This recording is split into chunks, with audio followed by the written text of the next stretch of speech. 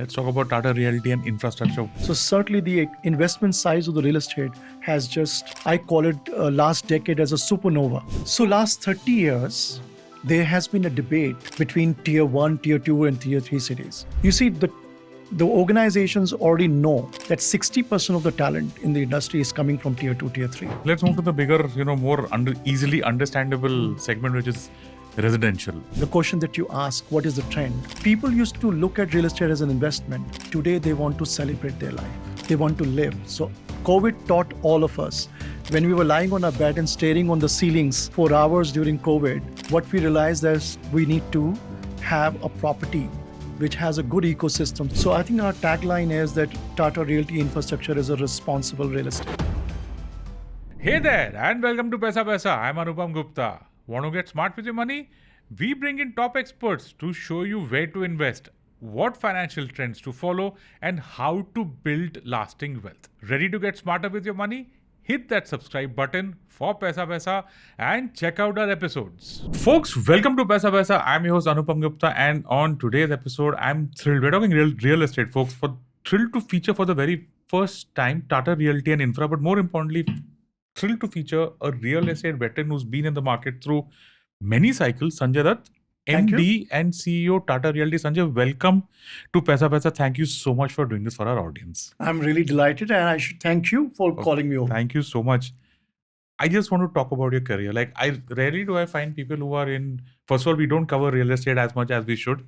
Secondly, getting someone who's been in pretty much all facets, in all areas, in all sectors of real estate for, 30 years? Yeah. Let's start from there. Yeah? Let's I want our audience to know what all you've seen, the cycles you've been through. Oh, it's been amazing. I think, first of all, real estate was not even a sector that was on the radar for most professionals back in 80s and 90s. Yeah. And I remember I myself started as an entrepreneur in logistics business for some time. And then during my management program, I took a decision that I want to be in a high value, high profit business because it gives you a very different high.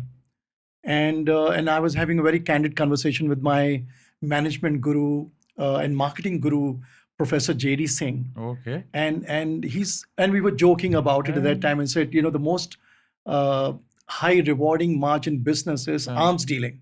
Okay. And I said, I don't want to be in that business.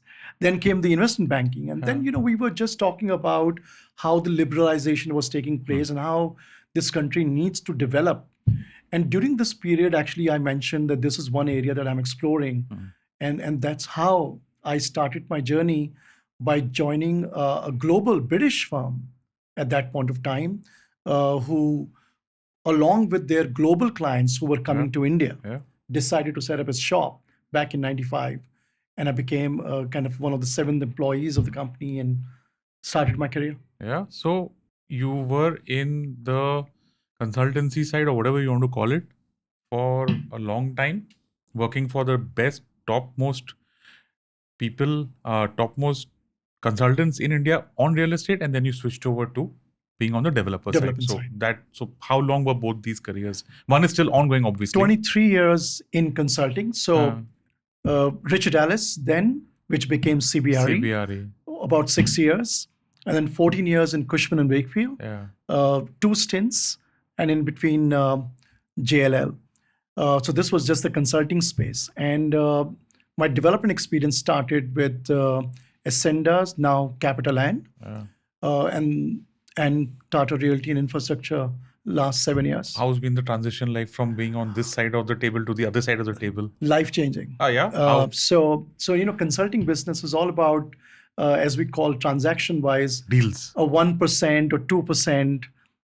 So I very often talk about development as the remaining 98%. Oh, okay. Because development is not just advice, is carrying the responsibility of performance on your shoulders, and also the careers of so many people who are depending on the company, and also the fate and experiences of people who buy your homes, rent your offices, use your infrastructure, and you have to act responsibly. So I think our tagline is that Tata Realty Infrastructure is a responsible real estate firm. Let's talk about Tata Realty and infrastructure. Your footprint, how long have you guys been around? What are your projects? Where are you present? Commercial, resi, everything. We've been present for 40 years. We have 3 legal entities. Tata Realty Infrastructure Limited is one, Tata Housing Development Company is the second, and Tata Value Homes Limited is the third. We were pioneers in affordable homes. We have delivered over 40 million square feet of residential and commercial space last 40 years. We remain very understated, and I think that's the culture of the organization. Right. We have 33 million square feet under execution, of which 13 is residential, 20 is commercial. So that's a lot of space coming up. Yeah. We have allocation for fresh capital allocation to buy some select strategic locations for commercial and resi, which should give us another 10 to 15 million square feet. Wow. So it's quite a bit. And we, at one time, not too many people know that we covered nearly 20 cities in this country. 20. 20 cities in this country. And we're still present in about 14. Going forward, the new investment is in top 5. Yeah. And these 20 cities also included Sri Lanka and Maldives, where we're doing some projects. So when you say pan India, you mean pan India. Literally pan India, yeah. Sanjay, I want you to give. So we're going to talk about past, present, future of the real estate sector in India. But for the benefit of our audience, see, the thing is, India's median age is 28. Okay, which means that the average guy would probably have been born somewhere in the late 1990s. If you could give our audience a just general overview of what's happened so far, like you said, there have been many cycles. I can, maybe remember at best the 90s when mortgage finance was not as easily available as it is today. Commercial was a different thing. I can remember 2003 to 2008 when everything was like in a bullish state, even real estate, especially real estate. So for the benefit of our audience, if you could just give us a nice, primer, if you will, on how India's real estate has shaped out in these last, whatever, in your career, so to say. So, real estate journey really picked up after the liberalization. Before that, if I was to really take you back in history, Barakhamba Road, KG Mark in Delhi, Nariman Point in Bombay, MG Road in Bangalore, MG Road in Pune, Anna Salai in Chennai, Jubilee Hills and Sikandrabad in Hyderabad, Kolkata, maybe just the, Park Lane. They were just not more than 20 or 30 lakh square feet of office space. Okay. And the biggest market at that time was, Delhi and Mumbai, because at that time, there was no IT. It was just commercial space. Some of these properties were launched at 150 rupees, 400 rupees per square feet. And they were smaller units, 400 square feet, 700 square feet. To what we are today is 750 million square feet of grade A office space. 750 million. 750 million. Wow. We will be 1.3 billion square feet in next 5 years. Last 3 years, India is amongst the largest office market. And I'm only restricting to 8 cities. If we were to go beyond 8 cities, I wouldn't be surprised if we are more than 80 million square feet office absorption every year. Wow. Today, in the history, we were just residential and commercial. Today, we have residential. Within commercial, we have SEZ, corporate office, flex offices, co-workspaces, co-living, senior living, data centers, industrial, warehousing. So the scale at which the sectors and the industry has grown and how this has contributed, because all this is creating infrastructure for economic activity to thrive. So I think they played a very important role in shaping several sectors, I would say, particularly IT, which has been the driver for Indian economy in the services space for over 3 decades. Yeah. Okay. Now let's fast forward to the last 5 years. Okay. What's been happening? I want you to start maybe part 1 talking only about commercial, and then we move to resi. In commercial real estate, after the lockdown, what's been happening? Now it's been 5 years and counting. We hear a lot about GCCs, growth, economic growth happening. And so commercial is also doing well. Your view, what have you been seeing? Any trends that you can see? Like, for example, are tier 1, tier 2 growing faster than metros? Is GCC turning out to be a big thing? Anyway, all of that. So first of all, the growth will continue. Okay. There will be wait and watch, correction, slow down, depending on how the economic cycle or sectoral cycles will behave. and there are some geopolitical situations which affects all of us, and pandemic did affect, but it affected our thinking. And I think the deliberation during COVID, which happened, work from home or hybrid, all is sorted. Everything is clear that the highest productivity of a human being is in a workplace. Nice. But the workplace had to change now. So the workspace now provides a gymnasium, a breakout area, a creche, a medical center, some sports and infrastructure, some recreational, some entertainment, some quizzes, some rock concerts inside the office park. So it's lifestyle oriented. And that's what developers are doing. So they're bringing talent into the park, and the companies who are taking these spaces, they want their productivity to be too high. So I think that's one big change. Okay. And it's here to stay. Similarly, all the other segments are equally growing, and there is a big transition from old buildings to more globally sustainable, green, net carbon zero buildings. That's a big change. So if you don't build a green building today, no tenant will come into your building. Wow. It's period. So whatever you built in the past will not be repurposed, will not get leased if it's not repurposed, and the future is bleak. It has to be redeveloped. So that's a big change. On the other side, if you see, all of this requires capital. So there are a lot of global investors after 2005, when the foreign direct investment in real estate came in. Initially, first cycle, we lost money. Global investors lost money. That's right. Like they lost all over the world. But the one who continued to believe in the story, they started making handsome returns. And now you see REIT market, you see SM REIT market, you see fractional ownership, you see tokenization of real estate. So certainly the investment size of the real estate has just, I call it last decade as a supernova for real estate, because you have real estate regulation, you have banking and insolvency IBCs code, which has changed the lives of people. So a lot of transparency in the real estate sector, a lot of respect and trust got established, a lot of global capital, and the second and third generation of developers coming and using prop tech and technology in real estate, precast and composite structure. So the whole world there is at a phenomenal pace in growth. Which cities are looking good to you, right? Like last when I was in Hyderabad, I was very surprised. I was there after a very long time. Yes. The drive from the airport, maybe to a Jubilee Hills. Superb infrastructure. Yeah, and an entire cyber cities come up. I had no idea about that.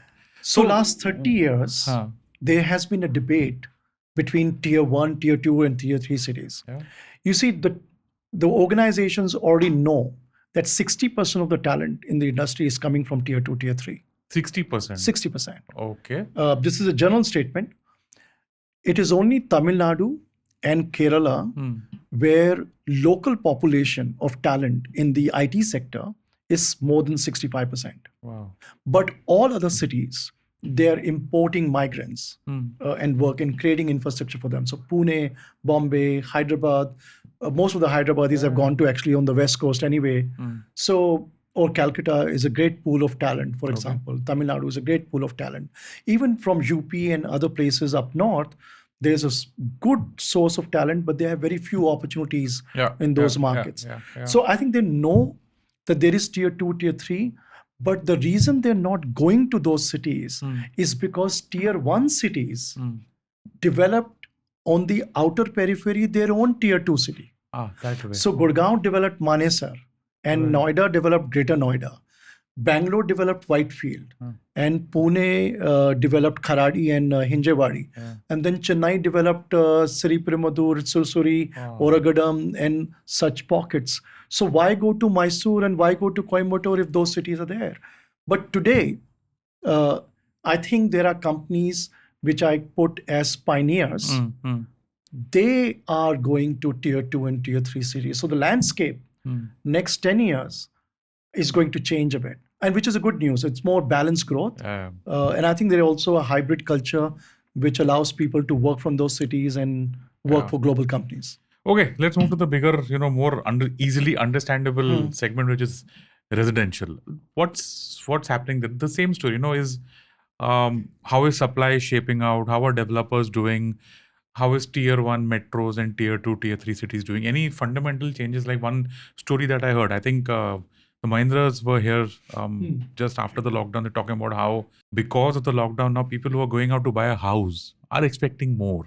They're looking for, I don't know, when they were looking for 1 BHK, now they're saying let's stretch and make it a 2 BHK. Again, maybe some scars or some experiences from the lockdown where they were looking at standalone buildings. Now they're open with gated communities which have more facilities. You think, how is that? Is that continuing now? Here we are in 2025.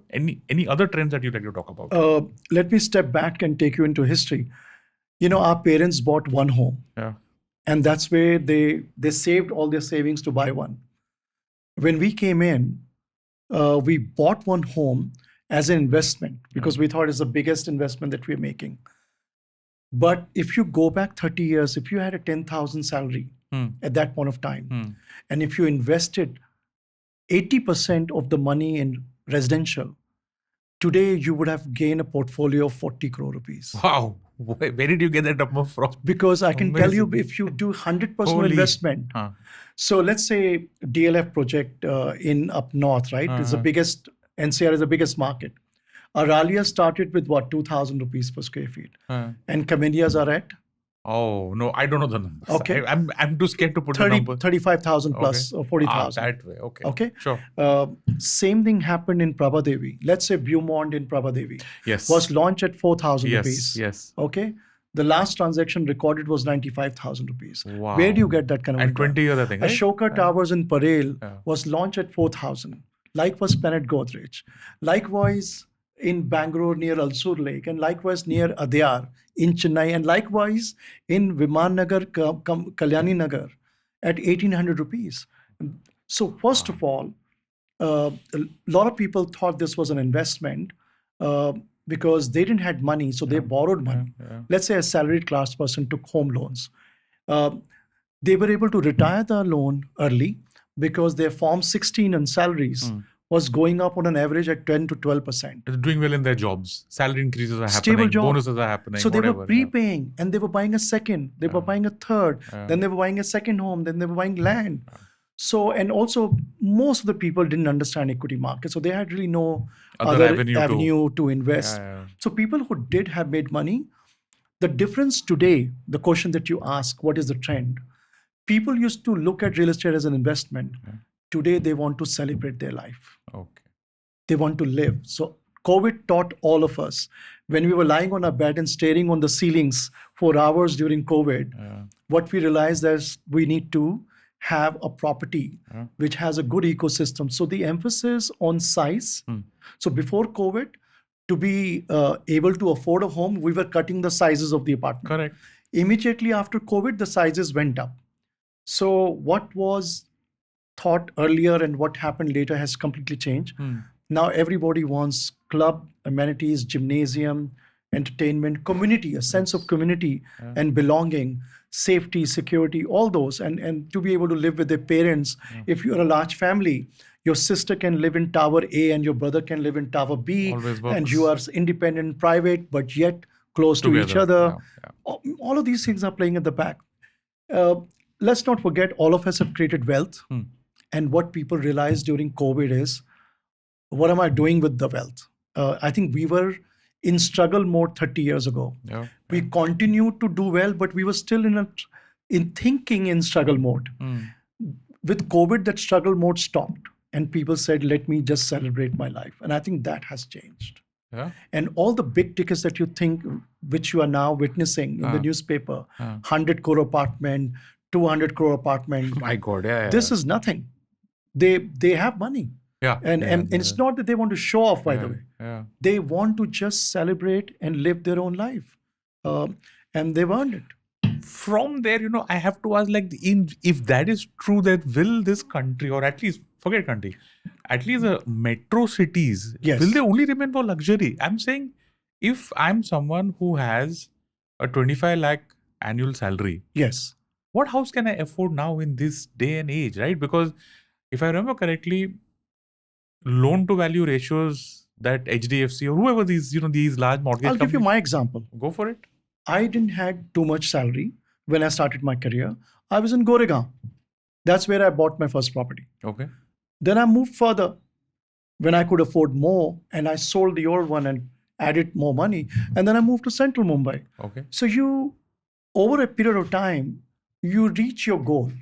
Uh, but unless you start the journey, you will never reach. I'm looking at it from two sides, right? One from property prices side, which is the product that I'm buying, and one is of course my income generating capability, right? Yes. That is on me. I can't expect you to know that I will have a certain trajectory in my career in the last 20, 30 years. Our parents had something, I had something. But what about prices, right? You don't think that in Bombay, at some point of time, something has to give because these, or if I look at it in a very different manner, maybe Bombay has become fragmented. You want something. I have a different twist on Bombay. Go for it, please. The worse the infrastructure of a city, higher the prices that you pay. Okay. And this went viral some years ago, by the way. No, wait. The worse the infrastructure of a city, the higher. Please help me with this. What happens? The growth of our cities, that kind of growth doesn't exist anywhere else in the world. So when you have millions of people moving into tier 1 cities across the country, government cannot cope up with the infrastructure. And certainly they were not ready to deal with such infrastructure. So now they're doing their best, and Mumbai has made some progress, as we know.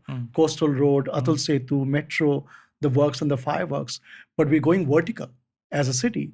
So it'll be some relief, but what we are putting up now, which will surface 10 years down the road, the density will go up and we'll have the same situation.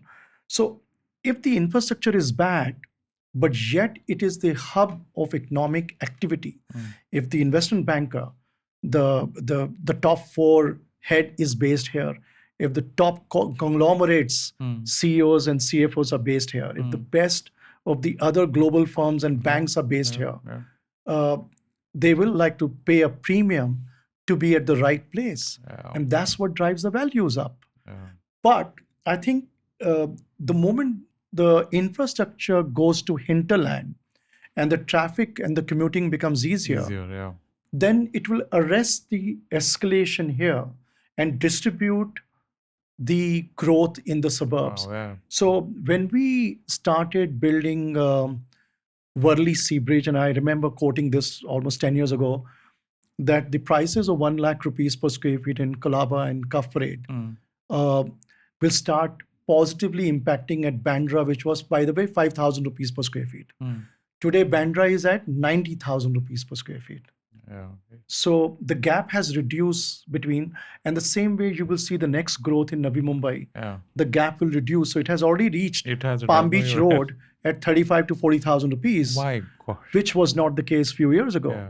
So I think real estate, because of scale, will continue because infrastructure will never catch up to that extent. Unless, of course, we have manufacturing and major services going to locations. Navi Mumbai was built to actually decongest Mumbai. I've never really. But it really never took place because of growth here. I mean, and folks, you can have. I mean, here I'm talking only about Bombay because that's a city that I've always stayed in. It was affordable. It was unaffordable in the 80s. It was unaffordable in 2000s. It's unaffordable today. It will remain unaffordable. You have to. One addition, it was unaffordable to live in Cuff Parade and Colaba, but it was affordable in Juhu and Andheri at that time. But people in South Bombay, they never liked going to suburbs. They said, I'm a South Bombay guy. I want to be south of Haji Ali. And that is what led to that. I know. 5,000 pe tha bhai, Bandra. Fact hai. I mean, come on. You know, like you said, the Ashok Towers, the Beaumont days, all of that opened at those rates just 20 years ago, which is not exactly 100 years ago, literally 20 years ago. So Laval Road in Bangalore was 8 to 9,000 rupees at a peak, which is now 40 plus. People kind of don't, they miss that part out. And my sense is that, see, every era, every bull run, every market will have these big ticket deals. XYZ bought Namanzana mein 400 crore ka le liya. If you go back exceptions 20 years ago, you'll find some actor or something out there will keep on happening. There's no point looking at that because those are outliers. Yes, you're right. Okay. Outlook, before we just go into a break, an outlook for the Indian real estate sector Part one, and part two, what's happening at Tata Realty? What are your future plans? See, because for the real estate sector, I'm just, when I look at India's economy, because that's assuming that's where you get a lot of the demand for real estate. There are good things, there are okay things, and then there are some worrying things, okay, which maybe job employment, stuff like that. But what do you think? Where is India's real estate sector headed from here, going out, 5, 10, 15, 20 years? Commercial, resi, everything. It'll go at a staggering pace. And not because I'm from real estate. It's just that the size of the economy is taking very tactical shifts right now. So Tata Group is investing in electronics, in airlines, in hospitality, in chemicals, and so many businesses. So are many other. So economy is going to grow. And when the economy grows, the related sectors create opportunities as well. And all that spins into real estate. Hospitals are real estate. Retail is real estate in many ways. I mean, there are different segments, but the underlying infrastructure is real estate. Warehousing, logistic, everything will be impacted. And today now we have data centers.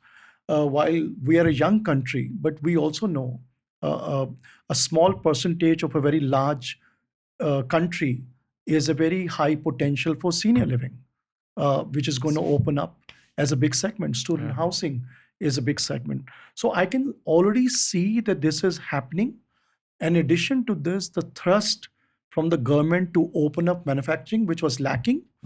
And that's what was causing our country a problem. We were only growing on the services and not on the manufacturing.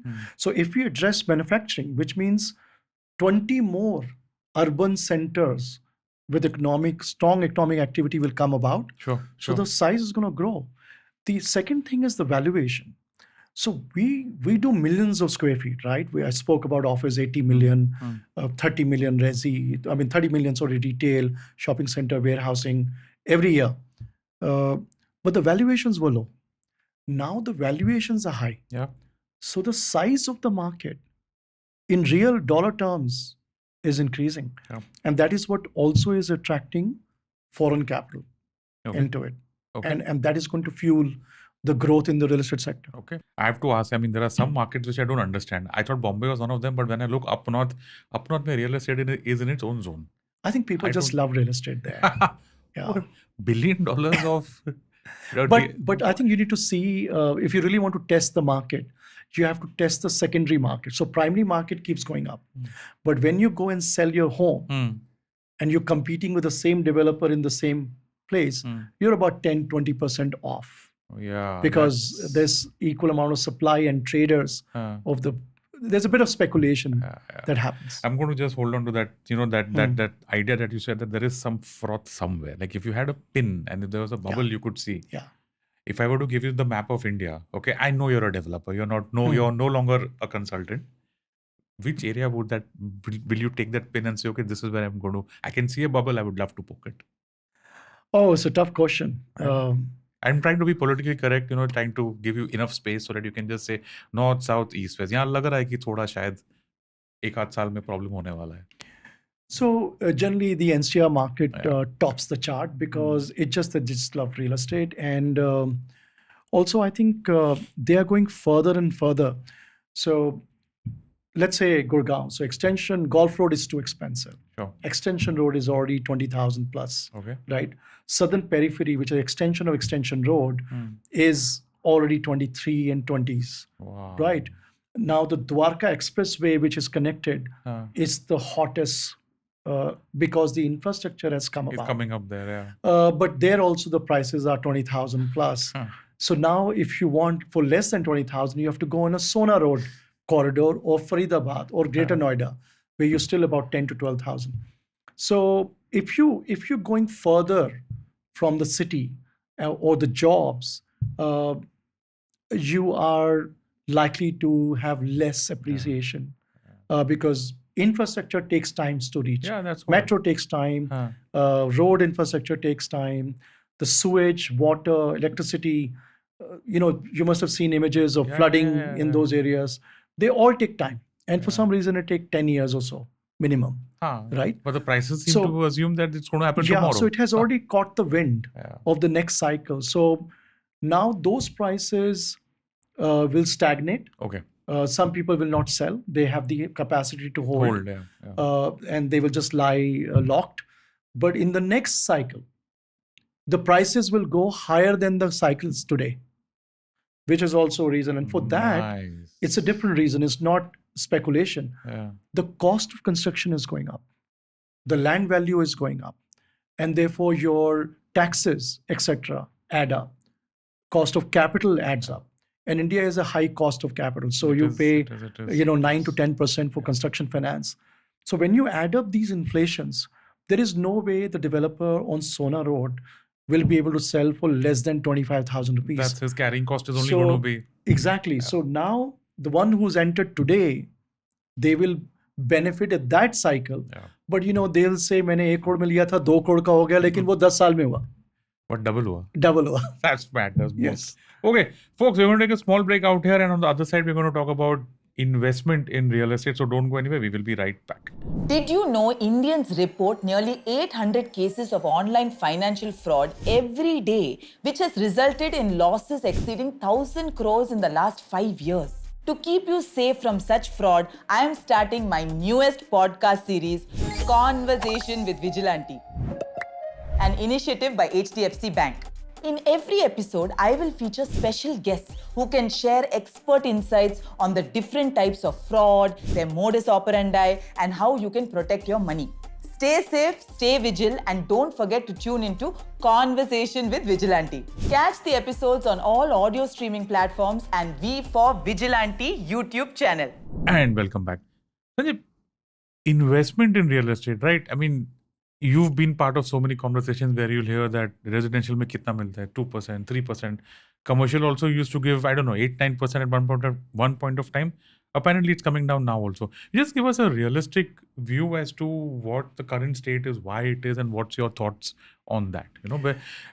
Does it even make sense to invest? I'm not saying end use, okay? Someone who's buying a house for himself or herself is a different conversation. Let's not go there. We've already had a lot of talk on that in the first half.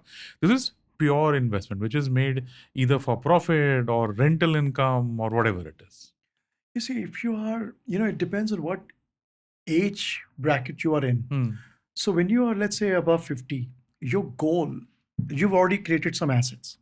So you're done with it. What you want is continuity of your income and lifestyle. So you want rental income or monthly income after retirement, which continues to help you live your lifestyle the way you enjoy today, which you are a successful professional, for example. So their interest goes obviously in annuity. So they are going in REITs, they're going in commercial properties where the yields are higher. They've done the bit earlier, which was wealth creation, which is residential, where the capital values and the yield put together, blended average, was about 5%. Right? But it gave them subsidized loan to create wealth. So that purpose of the age got served, and now you're in this mode. So I would say you can play between all these instruments of investment and not necessarily hard asset. REITs, tokenization, SM REITs. Fractional. Why not? Because it lowers your risk. You have professional managing those hard assets and you're insulated and they're liquid. You can go in and out anytime that you want. I think this is one area which is helping. But when I look at, for me, it's a percentage of my overall allocation. So no doubt if you put it in equity or SIP or some of the others, or some corporate bonds, for example, which give you 10+% returns, some even give you higher. And you are distributed, I think you insulated yourself. But do consider real estate, because the infrastructure is not going to change for a while. And the worse the infrastructure, the higher the values of real estate. I'm trying to understand that. I mean, where do I invest in real estate? I'll come to, the financial aspects of the investment, which is REITs, SM REITs. I want you to also talk about that. But if I'm talking about the physical aspect, houses, offices, godowns, plots of lands, you think there's a case for maybe some class of investors to invest in that? I remember in 2003, 2008, when this entire boom had started, there were people who were working in IT, obviously because that was a hot sector, people were getting good salaries. They used to come together as friends and buy agri land. अबे वो बंदे को पता नहीं है how, what, why, when, where, but that craze was there. Fast forward 20 years today, I don't know whether the craze is there or not. So I'll oversimplify this. When the markets are when they busted, Huh. you always buy in the city, not outside the city. Okay. Because it's very rare Huh. that the price of a prime real estate in the city comes down. Yeah. It happens only during bust. Huh. I've seen only two. One is the global financial crisis in 2009. Yes. The second was COVID. But that was an opportunity. Yeah. Oh, it was a huge opportunity. Huge opportunity. Yeah. I know in central Mumbai, one property had reached 30,000. Yeah, it came down to 19,000. Yes. People bought it. It went up to 65,000. 60, yeah. And this is just in the last 5 years, literally. So during bust, you buy in the city.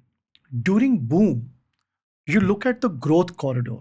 So the growth corridor for Mumbai is only east, because this side is Arabian Sea. So it's a very simpler discussion to have. In Delhi, you can get confused because it's a circular city. Yeah. So east also, because now we have Navi Mumbai Airport. We have all the IT, all the data center, all the warehousing logistics from Bhiwandi all the way to Panvel and Khopoli, all manufacturing all the way to Pimpri Chinchwad in Pune. So it's a hotbed of economic activity. So it's a no-brainer. Yeah. You can buy land in the gated community for which you pay premium. Yes. You can buy agricultural land if you think one of you is a farmer, because only then you can buy the land, or you can pay a premium and buy NA land. Yeah. I personally feel that land will give you the maximum return in next 10 years in outer periphery of most tier 1 cities. But you should So understand go and buy. But you should understand what you're buying. That's tricky, right? So depending on your appetite and risk, you can take NA land, agricultural land, gated community, or buy yourself. Yeah. Those options are all there. Those options are there, but they come with their own risks. So I think you can pay a premium and buy a better land, but land will give you, no doubt, a great opportunity. And land is land. Physical land is physical land. No, I think the physical land, a good title land is a bigger issue in this country. So what is the first thing that you want to know? Whether this land is free from any encumbrances, if the title is good, whether there are any claims from any farmers on this land, etc., etc. So if you buy a land today, let's say the 10 of your friends come together, buy 5 acres. Okay. Let's say it'll cost you 4 crores an acre. In Navi Mumbai, real example I'm giving you. Yeah. So you can easily afford between 10 of you. Sure. And 5 or 7 years down the road, you now have a clean marketable title. You also have the potential of how much you can build. So if you do a residential housing project, you'll have phenomenal growth. Phenomenal. And you don't have to become a developer. You just flip it to a developer. Sell it out. That's it. And you cash out. Land gives you higher return today. Earlier, development used to give you higher return. So today, land manufacturing, the slum redevelopment is basically land manufacturing. So they stitch the slums. Eventually, some developer comes who builds it. So I think that's where you can make more money. Redevelopment is really okay. Now the financial aspect, which is for people who are probably like me, who have a lower risk appetite, who understand more on how, they would rather have a broker to whom they go and they can buy and sell these units easily. Unlike a land which is a slightly longer and slightly more complicated process. What's your view on this new class of investments that's opened up only in the last 5 or 10 years? Didn't exist for the longest time. Thankfully, it came in. I think the legislation was there. You would know that more than me. That was there for a really long time. And finally, how have REITs played out in India? Have they lived up to expectations? Have they been useful for the developer? Have they been useful for the investor? And where do you think this is going? It has been life-changing. So, I said FDI in real estate came in 2005. So when the FDI came, especially in commercial real estate, they had no exit option. The only exit for them was that the developer lists the company and then they sell the shares of the development company. In which they bought. But when they bought the commercial asset, they didn't know who to sell the commercial asset to because each commercial park was very large. So when the REITs came in, it gave Blackstone and all the others an opportunity to exit and book profit and repatriate funds or reallocate the capital to investment. So that was a big thing, by the way. I think the overall investors' appetite, because of transparency, policy, real estate regulation, has increased. Okay. So it has become more attractive as a market, as investment. There are more controls. There are more, precedents in the court in favor of customer and the buyer and the investor. Even for the developer, it's much more playing field. A lot of corporate developers have entered in the recent past. They've entered because now it's easier to do business than it was a few years ago. So it has been positive all along. What is what are the yields right now on REITs, if at all you have any idea, like 5%, So, 6, 7? They are required to distribute 90% through dividend, and 10% they keep for reinvestment Reinvesting, and growing the NOI of the portfolio. So that has been extremely transparent. They've done well. Yeah. Okay. There was a debate, and I think the credit goes to SEBI. Sure. SEBI engaged with all the stakeholders before starting the REIT. They even studied the Singapore market, the Hong Kong market. Developed and mature markets. Yeah. They saw Hong Kong market failed, and they saw Singapore market did well. Oh, I didn't know that. Okay. India's first REIT, by the way, was not in India. It was Indian asset listed in Singapore. Okay. Under AI Trust. And most of the REITs in India followed that model in the country. So they've done extremely well. Right. So clearly, it's a no-brainer if you invest in real estate. If you want to invest in hard asset, it is good for an individual. Let's say if you put 50% of the money as your own capital and you borrow debt to fund the purchase of commercial asset. Right. So now the rental income is able to deduct the interest. So your yield actually... You're left with, So you're actually building a wealth, an asset, with just 50% of the value of the property. Capital appreciation alag. वो अलग है. So what can go wrong here? I mean, this is a stable asset. Now, of course, you need to make sure that you buy a grade A asset in a grade A location.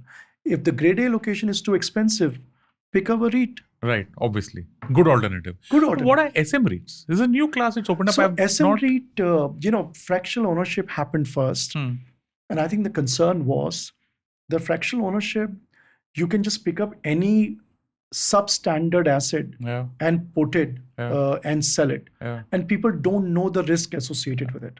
So it was a good idea to come out with SM REIT. So they also are regulated by SEBI, but smaller tickets. So not every REIT manager can put millions of square feet. So वहाँ पे 500 crore की limit है. तो आप 500 crore के multiple भी कर सकते हो. So you can have first 500 crores of smaller asset. You can do 200 crores also. Sure. And small investors who have very limited money, who don't want to take a risk of large, let's say InvITs or office REITs, they can go in for that. The other advantage in SM REIT is I can put a residential asset, retail asset, industrial asset, any rental generating asset into SM REIT, which is not the case with the office or InvITs. So I think that's also, and now the tokenization of real estate, by the way. I haven't got on to that as yet, but okay, last couple of questions now as we are kind of done with the episode.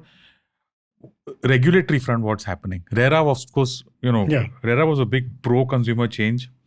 You think the customer has benefited from that, and you think any other change needs to come in real estate, maybe to give it another boost? I don't know. Legally, the RERA has given a layer of safety to all customers. I would say all investors, all lenders, because Insolvency and Bankruptcy Code also came in 2016. RERA came in 2016. That's why I call this decade as Supernova. Lot of changes. So it has definitely worked. RERA is confined to few states where it is effective. But the legal protection to the customer, because they can go to any RERA in the country and they can refer to the precedents of Maharashtra, they will get safety. So I think it has worked. Okay. Now, my all-time favorite question, I'm sure that you've been asked everywhere, when you go to parties, when you have social gatherings, when you have with friends and family, ki sir, rent or buy? That's my question. Buy. Oh, okay. Always buy. Yeah. I mean, as a developer, it doesn't matter to you whether, the samne wala guy is picking it up for end use or for renting, but I'll tell you why. Constructing and building in India is a challenge. So if you, and therefore it will always be expensive, always be difficult. During work from home, everybody was happy. They went to their homes, they enjoyed. It was only when they came back, they realized the rentals have shot up, in some cases by 100%. And they're at a mercy of somebody. And this has affected their job or their ability to commute to job, for example. One is always buy. Second, there will always be appreciation because we in a infrastructure starved nation and the prices will keep going up. Also, it gives you sense of security and a physical aspect, which you can keep as 25% of your total investment portfolio. You need not put all your money in it, but please put 25 to 30% of your money in real estate. In whichever format is In whichever comfortable format, to you. and It could be REIT, depending could be on your land or risk whatever. appetite. Yeah. Okay. How should one buy a house? Okay, now this is an end consumer who's now finally, ponied up the money and taken a loan, etc. Now he's choosing between, 4, 5, 6 projects and builders. What's your short list? What's your checklist to these people that this is how you choose a home a house which will become your home, where you're going to stay? So transportation and commuting is the biggest challenge in all urban centers in the country. So you need to see very good connectivity. So all external factors first. Okay. External factors is transportation, neighborhood. We have multicultural neighborhoods, so you want to be very clear where you want to be. Then you have to see title. I would like to buy a freehold title. So I don't want to pick up port trust lease or BMC lease or a collector land or MMRDA land, because all of these are leasehold titles to me. I want to buy freehold titles. Once you've done that, these are basic fundamentals and the quality of title. Textile mills, for example, is a very different title than the freehold title. Okay. So, and Bombay is more complicated. In other places, it's much easier. It's basically freehold title. So once you've done that, then you do design and the development first. I know people say reputation of the developer, but hang on. First, really understand what is this project about. Wow. So if the project is about premium housing, lifestyle, amenities, where you think the like-minded people will come. Okay? And like-minded people, what? If you're a businessman, it's a different set of, but if you're a professional, you're a banker, you don't want to be in a company of a very different profile of people. Let's say you're a banker, you should have been in BKC, but you're actually in Ghatkopar. Got it. Yeah. Okay, so it's a very different lifestyle. Unless you are a hardcore Guju who wants to only be in Ghatkopar. And nothing wrong with that? Nothing wrong with that. Obviously. But this is very important. Yeah. So once you've done that and you see the long-term prospect, the project has to be of certain size and scale. Sure. It should not be too large, but it should not be too small. It should have an ecosystem of its own. Because outside, you don't know what's happening or what's going to happen. Yep. So that is very important. Then comes the reputation of the developer who has consistently delivered these projects. And then we look at the really design efficiency of the apartment, et cetera, views, floors, et cetera, all of those come in. So I think once you crack that, then what you need to see is, am I entering at the, which cycle of the market? Am I entering at the peak of the market? Prices, the prices, or I'm entering at the downturn of the market, or I'm buying a secondary home. So if you do those due diligence, and for God's sake, please appoint a lawyer before buying a property. I have seen people do months of research on buying which insurance to buy, but they do zero appointment of a lawyer just to check the title paper or just to check the sale agreement or validate the approvals and permissions, or check the RERA website where all the approvals are in place. But this requires a bit of homework. You may not have the expertise, but please hire somebody who does. And there are lawyers who do this and for you. And you pay. Please pay 40,000 rupees, 50,000 rupees in addition to, but people want to save that 50,000 rupees. And that's the blunder that they make. So I think you should do that. And then it's a question of whether you're getting the delivery today or you're getting the delivery 5 years from now.